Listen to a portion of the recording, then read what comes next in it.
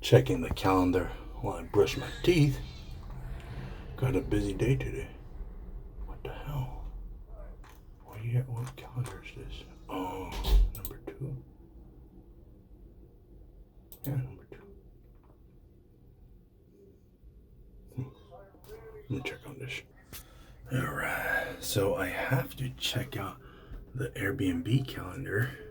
Today is the 23rd.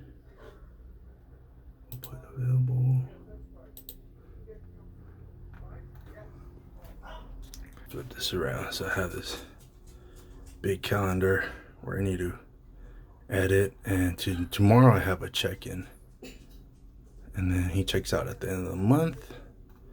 All right, gotta clear out the calendar, and today I gotta make sure some stuff is taken care of at the apartment. I'm gonna take care of that. Damn, this is a problem. I had a bunch of blocked dates on my calendar. I didn't know why, but I guess there's new regulations where you could only host 120 days in Los Angeles. So I'm gonna have to figure out what to do. I'm sure I could amend the license to show that it's available. I don't know. It's gonna be strange. Man, I'm glad I came over today. What a fucking headache. What the hell? It was super windy. It was super windy, so didn't have. What am I talking about, man? I got so much stuff right on my mind. What I'm trying to say is, the outside, those little bottles and stuff in the wind. Gotta do some cleaning on the outside. But what a headache, man. We just had a Airbnb out. And what a fucking dick, man. Today is Sunday, 1 p.m. They were supposed to check out on Saturday, 11 a.m. But they freaking didn't. We were checking our cameras yesterday around 7 p.m. and we noticed they were still freaking here. So we're like, what the hell? I kept calling the guy, he wouldn't answer. So then I was like, whatever, I was like, since I saw him on the camera, I'm just gonna charge an extra $80 just for a late checkout, because it's like 7 o'clock. And so I finally got him on the phone, and he's like, hey man, what's going on? And I was like, why are you guys still at the house? He's like, what do you mean? He goes, our flight is until 10 p.m. And I was like, okay. I go, well, that's not my problem. I go, I'm not. He goes, so we weren't gonna leave yet? And I was like, no. I was like, the checkout was at 11 a.m. I was like, so I said, the cleaning person came by and she was like, I can't go clean, people are still here. And so he's like, oh, my bad. He goes, we'll get going. Well, we just left.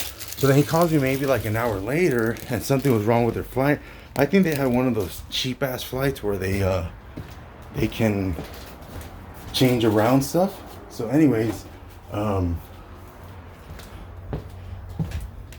he was saying that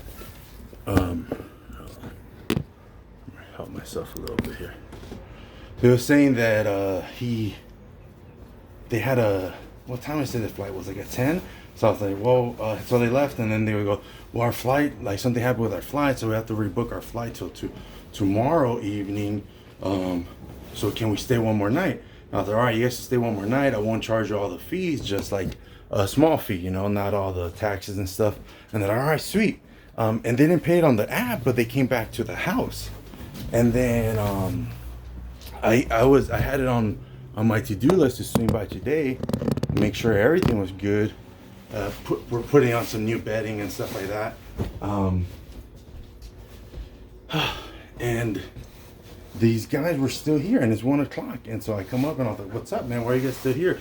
Oh, our flight is until 9 p.m. And I was like, well, that's not my fault. I go, I told you guys had to leave at 11. You said you would. So then I was like, what are you guys still doing here? He's like, our flight is until 10. And I was like, well, you know, that's not my fault. I was like, and he's sitting on the couch smoking weed. Obviously, I don't have any problem with weed, but I don't like people to smoke indoors. Because what if the next Airbnb guest doesn't like weed, right? So then I say that exact thing. I was like, dude, and you're smoking weed. You're supposed to leave at 11. I was like, you're still here. I was like, and you're smoking weed. I was like, this isn't cool. I need you guys to leave now. So they start grabbing their stuff. One of their guys was still in the shower. So I come back up like 5 minutes later, and I was like, are you guys going? Yeah, we're going. And then they were kind of giving me attitude, like, well, man, our flight into 11, like, you know, we don't have anywhere to go. And I kind of gave them this look where they're like, oh, we understand that's not your problem, but, and I was like, I go, look, man, I go, you guys were supposed to leave yesterday at 11. I was like, you're here till 7. I extended the night without all the extra fees. I was like, now you're just taking advantage of me. And so they're, oh, we're leaving right now. So then I went downstairs, grabbed some new bedding we're gonna put up here, and they freaking then they were leaving and stuff. And so I come up because I was like, you know, at this point I don't really got to be nice anymore. They took advantage of me. So I come up and they're like, all right, we're gonna get going. And I say, all right, you know, like, sorry about that. You know, we're not trying to be a problem, you know, but we just didn't have anywhere to go. You know, we're from New Jersey. And I was like, man, fuck New Jersey. No, I'm joking. I was like, I get it, man, but you know, it's not my problem. I got to keep going with my business, blah, blah, blah.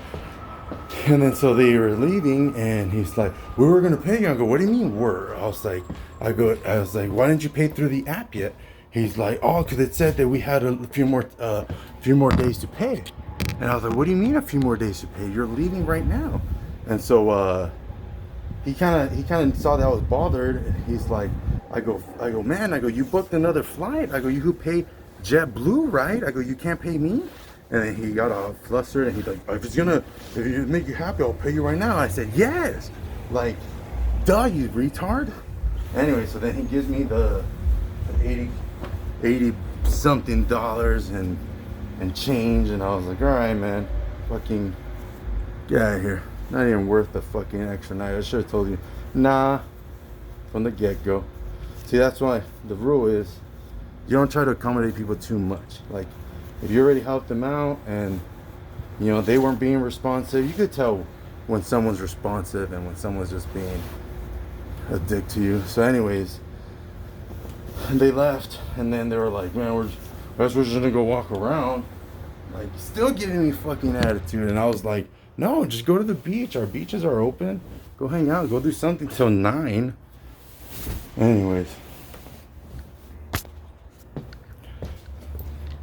Came back like maybe like 30 minutes later. I forgot some headphones here. I don't see them.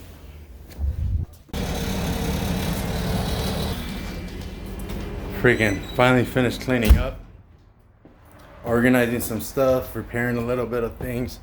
Man, that was annoying because those guys came back and they're like, we forgot our Apple EarPods in one of the rooms. And I don't know where it is, man. So they had to come in, and I wasn't even nice anymore. It was just really took advantage of us. I don't appreciate that. And got everything cleaned up. Ready to go for the next Airbnb guests. I think they check in next week. They'll be here for like 9 days or something like that. Little family. So I booked this place. But man, I'm telling you, that was tough. That was very tough to get those guys out of here on time. Get it all prepped for the next person. Anyways, kind of problems sometimes you have, and then the funny thing is that you would like to just rip him an asshole, you know, which I felt was kind of not nice, but like right on their profile, oh, this person is XYZ, this person didn't check out, this person did this. But with Airbnb, that doesn't really help you because you end up kind of getting in a little online battle with the guests, and they end up leaving a bad review. Everything could have been perfect, you know, but like this guy, everything was perfect. Not only that, we give him an extra night for like half the cost, and he checked out late, and I could write a really bad review, but then he's gonna be like, oh no, man, they did this, or I didn't like that, which nothing was wrong. I just didn't like that he was smoking once we got. There's signs clearly say don't smoke. but oh well, what are you gonna do? Anyways, tomorrow's another day. Tomorrow's another guest, and we like it. We like the business, so no stopping. So, cleaned up, threw the stuff in the wash, but now I gotta do a little bit of gardening, as in I have to throw all this new grass seed. And the grass is looking a little yellowish. I don't like that, so throw some new grass seed so it could go pretty big. But yeah, that's what's entailed in taking care of the Airbnb. Thankfully, I don't always have to clean it, but taking care of the property is a must-have, or a must-do. Sorry. So I have to right now. We're gonna throw a bunch of grass seed all over the grass so it grows a little bit better. Oh, doggies. So you run a little crazier on the grass? Yeah?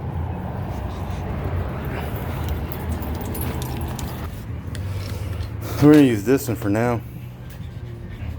And we gotta clean up some of the outside too. We'll see how it goes. About 4 hours later, Airbnb is ready. The Airbnb apartment is ready to get booked out, I guess. No, we have someone coming in tomorrow, but how to do some just like basic work. I had to throw more grass seed down so the grass grows a little nicer, water the plants, throw some trash away, just general stuff. But it went really good. Can't complain. Those guys left, didn't leave it too messy, cleaned up their mess, got everything done. That's pretty much the life of Airbnb.